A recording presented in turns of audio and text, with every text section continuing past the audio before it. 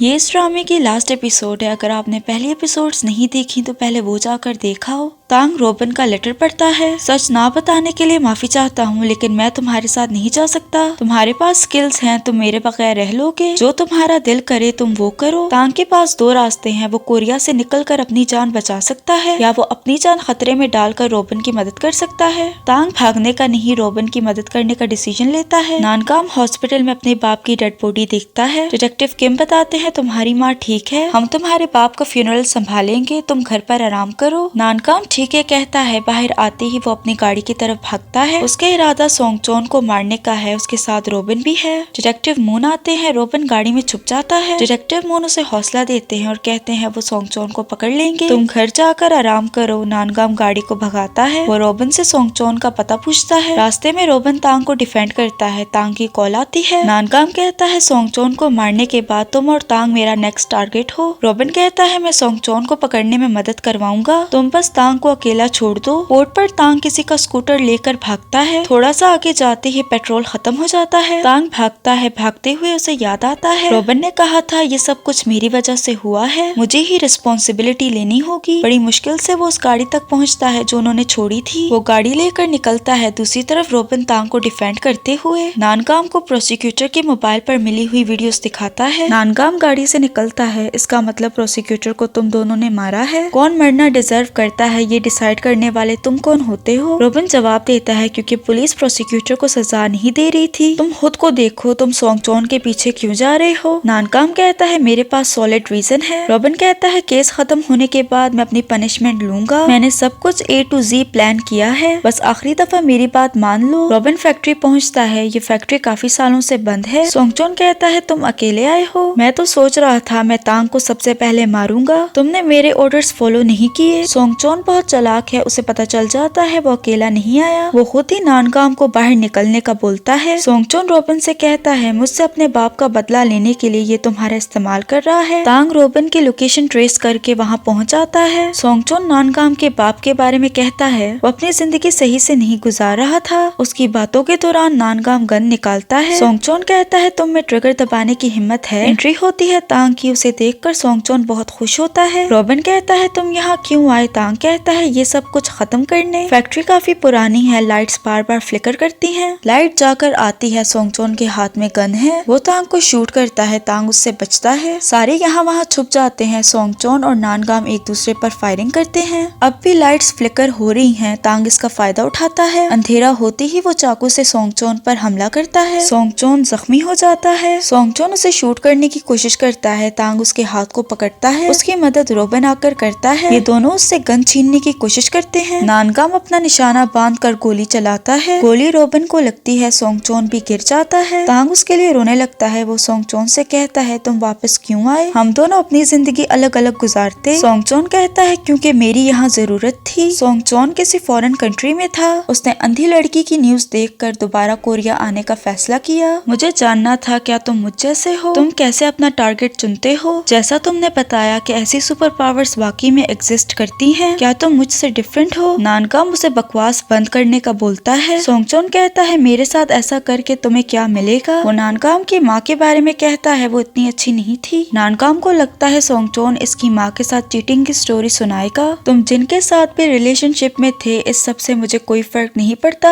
सोंगचोन हंसने लगता है। उसे अब समझ आई है। वो उसे बताता है तुम्हारी माँ ने ख्वांगसू के साथ मिलकर चीटिंग की थी। ख्वांगसू चीफ का नाम है जिसके साथ उसकी माँ का चक्कर चल रहा था। वो उसके बाप का बेस्ट फ्रेंड था। उसकी आंखें अब खुलती हैं। नानकाम को लगा उसकी माँ का चक्कर सोंगचोन के साथ चल रहा था। तुम इतने क्लूलेस कैसे हो सकते हो, तुम्हें मैं किसी का घर तोड़ने वाला लगता हूँ। तुम मुझे अभी मार डालो लेकिन पूरी जिंदगी तुम सोचते रहोगे मैंने तुम्हारे बाप के साथ ऐसा क्यों किया। क्या मैं तुम्हें बताऊं। वो बताना शुरू करता है। इसी के साथ हम फ्लैशबैक में जाते हैं। ड्यूटी के दौरान सोंगचोन सबको ड्रिंक्स देता है। नानकाम का बाप उसे बेइज्जत करता है। वो उसे दोबारा काम पर जाने का बोलता है। नानकाम का बाप एक और डिटेक्टिव डिटेक्टिव से बात करता है। फिर से सोंगचोन की प्रमोशन नहीं हुई। ऐसा लग रहा है इसका मरा हुआ बाप इसे प्रमोशन से रोक रहा है। नानगाम का बाप उसे बेइज्जत करने का कोई भी मौका जाने न देता। सोंगचोन को ये सब सुनकर बुरा लगता है। वो अपनी प्रमोशन के लिए और मेहनत करता है। उसने हर वो चीज सीखी जो वो सीख सकता था। सोंगचोन उसकी रिस्पेक्ट करता था क्योंकि नानगाम के बाप ने बचपन में उसकी मदद की। नानगाम की माँ कैफेटेरिया में काम किया करती थी। ये कोरियन चाइनीज है। वो उसकी भी बहुत रिस्पेक्ट करता। वो चाइना जाने वाली थी। उसकी फाइनेंशियल मदद करने के लिए सोंगचोन सारे पुलिस वालों से पैसे जमा करता है। जब वो नानगाम के बाप के पास जाता है वो उसे एक बॉक्स देता है। वो उसकी वाइफ को दे सोंगचोन उसे दे देता है, साथ में जमा किए हुए पैसे भी। बॉक्स नानगाम की माँ के लिए नहीं था। उसने चाइना में किसी और को ये डिलीवर करना है। रात को से न्यूज में पता चलता है एक औरत ड्रग्स स्मगल करते हुए पकड़ी गई है। जिस बॉक्स में ड्रग्स थे ये वही बॉक्स है जो नानगाम के बाप ने उसे दिया था। तुम्हारा बाप 5 साल से इस काम में इन्वॉल्व था।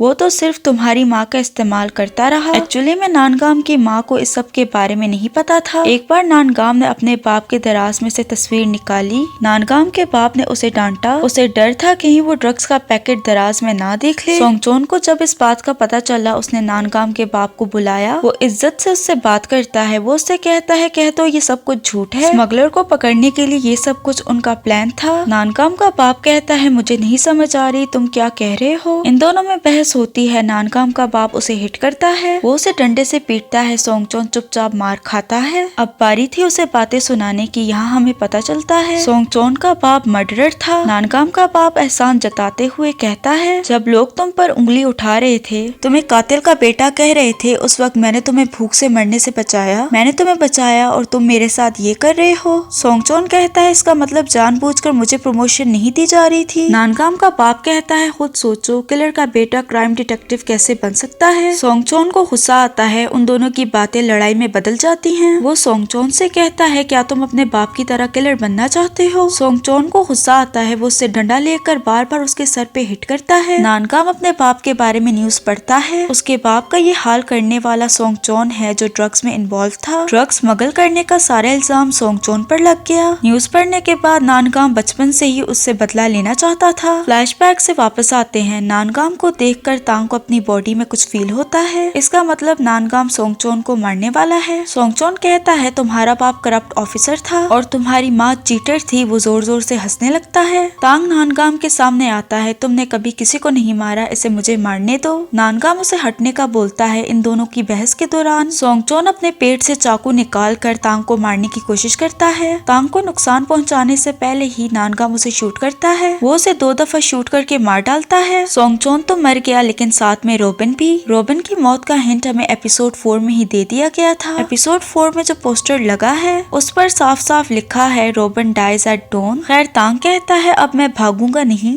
नीचे तांग की बुक गिरी है जो सोंगचोन ने ली थी। बुक का नाम है क्राइम एंड पनिशमेंट। हॉस्पिटल से नानगाम रेक्स को ले आता है। अब वो उसे अपने पास रखेगा। नानगाम के बाप का फ्यूनरल होता है। सीनियर पुलिस वाला उसके तारीफों के पुल बांधता है। फ्यूनरल में चीफ भी आया है। नानगाम उसे देखता है। वो योंगजे से मिलने जाता है। योंगजे कोमा से बाहर आ गया है। वो नानगाम से कहता है मुझे एक नर्स अच्छी लगी है। डिस्चार्ज होने के बाद मैं उसे प्रपोज करूंगा। नर्स उसकी बातें सुन लेती है। वो आराम से सामान रखकर चली जाती है। योंगजे को पता भी नहीं चलता। नानगाम कहता है लगता है वो हाँ बोलेगी। नानगाम से स्पेशल इन्वेस्टिगेशन टीम की हेड क्वेश्चनिंग करती है। नानगाम ने पुलिस वालों को ये बताया है उसने सोंगचोन को सेल्फ डिफेंस में मारा है। इसके अलावा उसने तांग के बारे में भी कुछ नहीं बताया। केस की कंक्लूजन ये है सोंगचोन मर्डर किया करता था। रोबिन भी उसके साथ मिलकर मर्डर किया करता था। प्रोफेसर के क्राइम सीन पर उन्हें एक एविडेंस मिला। वो है खाया हुआ सेब। दांतों के निशानों से पता चलता है सेब पर लगे दांत रोबिन के हैं, यानी प्रोफेसर को मारने वाला रोबिन है। रोबिन ने पहले ही सोच लिया था वो सारा इल्जाम अपने सर पर लेगा। उसने डेंटिस्ट के पास जाकर अपने दांत तांग जैसे करवाए जिससे पुलिस को लगा मर्डर्स वो करता रहा है। इसके अलावा उन्हें रोबिन के घर से बहुत से सबूत भी मिले हैं। फैक्ट्री में आग लगने की वजह से उन्हें कोई सबूत नहीं मिला।